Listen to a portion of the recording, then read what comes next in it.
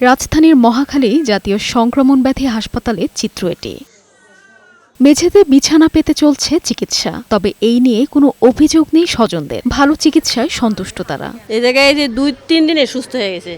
পরশুদিন সন্ধ্যায় আসছি, সুস্থ হয়েছে, কালকে সারাদিন আছে। চিকিৎসা মোটামুটি ভালো। আমরা আসার পর বলছে যে এনে তো বেড নাই, আপনার বিছানা থাকতে হবে, সমস্যা নাই, আমরা যদি ফ্লোরে দেন তাও থাকতে পারবো, তুমি বাবুর চিকিৎসা পাইলেই ভালো হবে। হ্যাঁ, চিকিৎসা পাবেন, সব ঠিক আছে।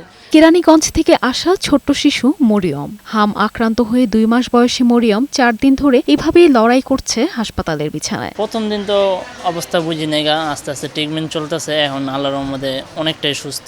হাম আক্রান্ত হয়ে তীব্র যন্ত্রণায় হাসপাতালে কাতরাচ্ছে 2 মাস থেকে 5 বছর বয়সের এমন অনেক শিশু। দেশের বিভিন্ন এলাকা থেকে হাম আক্রান্ত হয়ে এবং উপসর্গ নিয়ে রোগী ঢাকায় আসছে চিকিৎসা নিতে। চিকিৎসা চলতে আছে, আলহামদুলিল্লাহ এখন সুস্থের দিকে যাইতেছে।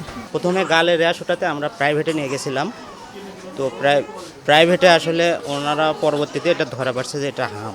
কোনো শিশুর চিকিৎসা চলছে 1 সপ্তাহেরও বেশি সময় ধরে। চিকিৎসকরা বলছে যে ওর নিউমোনিয়া গাড়ায় গেছে, একটু সময় লাগবে যাইতে, ধৈর্য ধরতে। দ্রুত কার্যকর ব্যবস্থা গ্রহণের মাধ্যমে এই সংকটের সমাধানের তাগিদ দিলেন হাসপাতাল সংশ্লিষ্টরা। মেরিন আমিন, বৈশাখী সংবাদ, ঢাকা।